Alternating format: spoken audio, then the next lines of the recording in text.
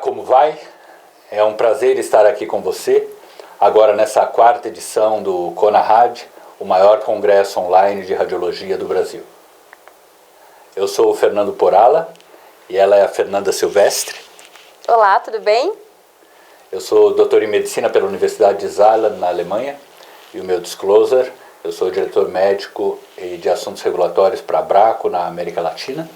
Eu sou biomédica, formada há mais de 10 anos e hoje atualmente trabalho na Abraco como especialista de aplicação.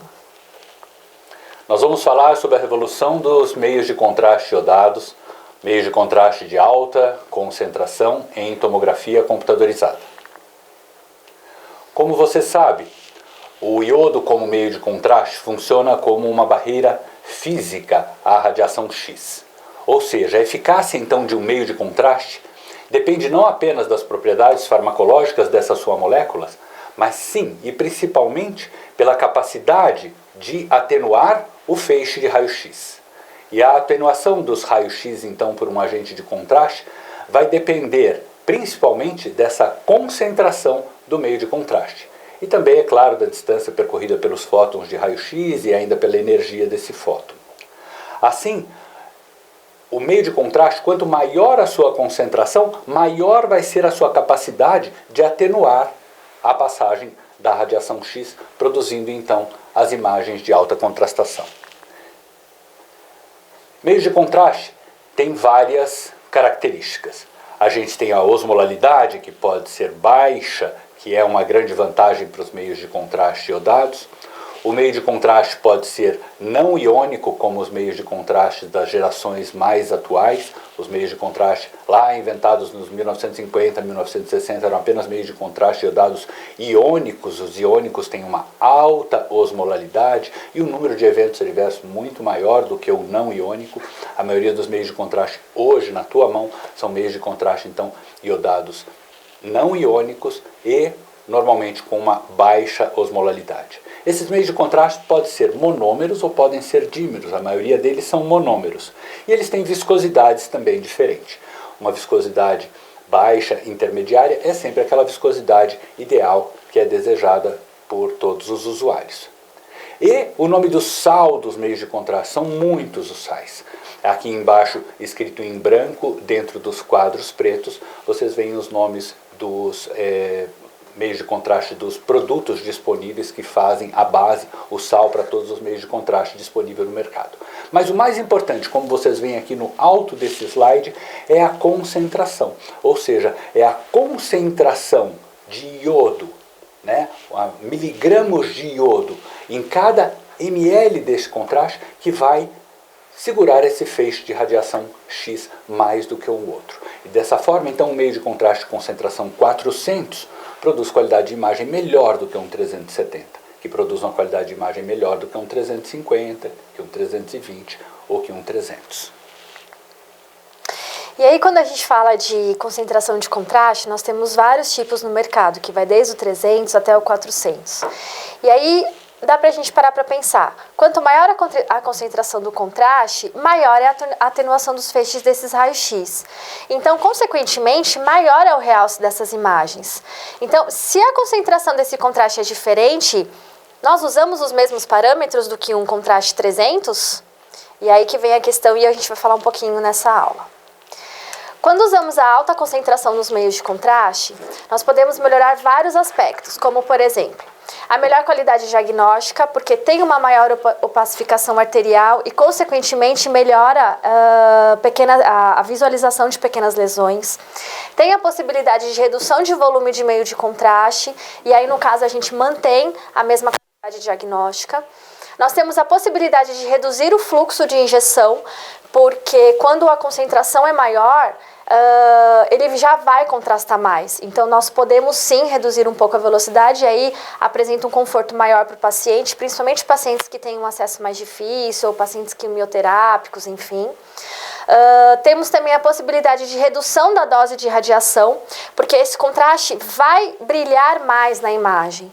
Então, sim, nós também podemos diminuir um pouco essa radiação e economizar isso, principalmente esses pacientes que fazem sempre tomografias de controle, anuais, semestrais. e também o menor risco de NIC e insuficiência renal arterial pós-contraste. Por quê? Estudos científicos mostram que sim, ele demonstrou uma menor taxa de NIC nesses pacientes. Então, uma alta concentração não necessariamente é mais prejudicial para o rim. Isso depende de vários fatores, inclusive da molécula, mas a concentração não é determinante para isso. Quando falamos de alta concentração, nós podemos trabalhar de duas maneiras diferentes.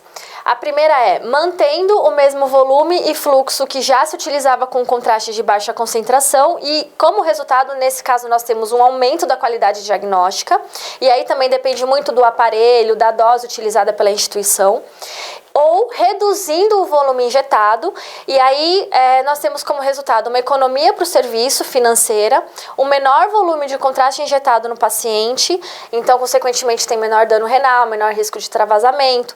Também podemos diminuir a velocidade. Então, quando falamos de contrastes de alta concentração, não necessariamente ele pode ser usado apenas para anjo coronário. A gente também pode usar ele para exames de rotina e trabalhar dessa maneira, diminuindo um pouco o fluxo, diminuindo um pouco o volume total e mantendo a mesma qualidade diagnóstica que já se tinha no serviço.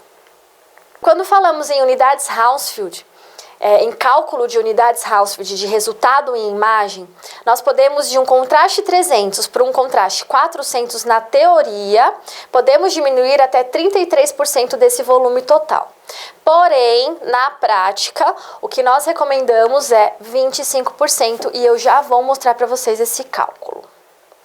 Então, aqui esse slide, ele mostra um pouquinho sobre as comparações, né? Então, quando a gente tem um contraste de concentração 300 e você passa para um contraste de concentração 400, é possível você diminuir até 25% desse volume total.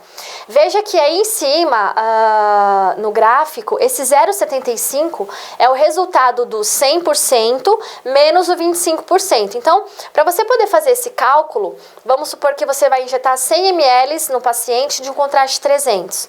Para você conseguir chegar nos menos 25% desse volume total, você faz vezes 0,75 e aí você tem o volume final. Nesse caso, você vai manter apenas a qualidade diagnóstica. Reduzindo esse volume, também é possível você reduzir essa velocidade. Também pode ser até 25%? Sim. Você pode pegar essa velocidade e fazer o cálculo proporcional, diminuindo assim volume e também a velocidade de injeção. Quando você usa um contraste 350 e vai passar para um contraste de concentração 400, é possível diminuir até 13% desse volume total. E se você usa um 370 e vai passar a utilizar um 400, é possível diminuir até 8% desse volume total. Então, observe que, mesmo trabalhando com um contraste 370, nós podemos sim ter um ganho quando passamos para o contraste de concentração 400, porque é possível diminuir 8%. Para aqueles pacientes que fazem exames sempre de controle, de câncer e tudo mais, isso sim é um ganho. Então, nós costumamos trabalhar 4 vertentes quando a gente fala de contraste de alta concentração. Menor volume, que seria uma economia para o serviço, sem a perda de qualidade diagnóstica, o que é extremamente importante. Menor radiação, então aumenta a vida útil do equipamento de TC e também tem uma maior segurança para o paciente, porque ele vai tomar menos radiação naquele exame. Uma menor taxa de fluxo, proporcionando um conforto maior para esse paciente. E aí aqui a gente pode até focar um pouco nesses pacientes oncológicos, crianças, pacientes idosos, pacientes que fizeram antibiótico terapia, que tem já aquela veia mais comprometida, então dá sim um maior conforto para o paciente e maior segurança. E um menor risco de NIC, reduzindo assim o risco de internação desses pacientes. Falando um pouquinho sobre cada tópico, quando falamos em menor volume, esse gráfico mostra que a contrastação aórtica em HU, em unidades Hounsfield, com contraste 400 em tempo, chega antes o pico, ele chega mais rápido do que um contraste 300, mantendo a mesma velocidade. Aí ele mostra que foi feito a 2 ml por segundo em 3 concentrações diferentes, né? 400, 350 e 300. Então, observe que a linha verde, que é a do contraste 400, chegou antes, em um menor tempo no pico de contrastação comparado ao 300, que é a linha amarela. Então, por conta disso, nós sim podemos reduzir o volume, porque esse pico ele é mais rápido. Falando em menor radiação, nós temos aqui no quadro A radiação padrão que costumamos fazer na maioria dos exames e um contraste de baixa concentração. Então, é possível observar que tem uma contrastação, porém a radiação ela é a mesma padrão que nós utilizamos. Quando passamos para o quadro B, aqui houve uma redução da dose de radiação com a mesma concentração de contraste. Dá para observar que esse círculo azul, ele aparece menos, né? Ele contrasta menos numa radiação menor. Agora, quando mantemos essa dose de radiação mais baixa e aumentamos a concentração de contraste, como você pode ver em C, aí nós temos uma qualidade melhor de contrastação. Por quê? Porque a relação sinal-ruído melhora. Então, esse exame é possível diminuir a radiação, aumentando a concentração desse contraste e ter uma boa qualidade diagnóstica. Quando falamos em menor taxa de fluxo, nós temos que pensar na taxa de entrega de iodo. O que é a taxa de entrega de iodo? O quanto de gramas de iodo, de miligramas de iodo eu vou precisar injetar no exame daquele paciente para que eu tenha uma contrastação ideal que tenha uma qualidade diagnóstica. Então, olhando aí no gráfico, nós temos a velocidade de injeção em ml por segundo versus a concentração do contraste. Olhando a concentração de contraste de 300, eu preciso de uma velocidade de injeção de 4 ml por segundo para chegar na taxa de entrega de iodo de 1,2, que seria o ideal aqui no caso desse estudo.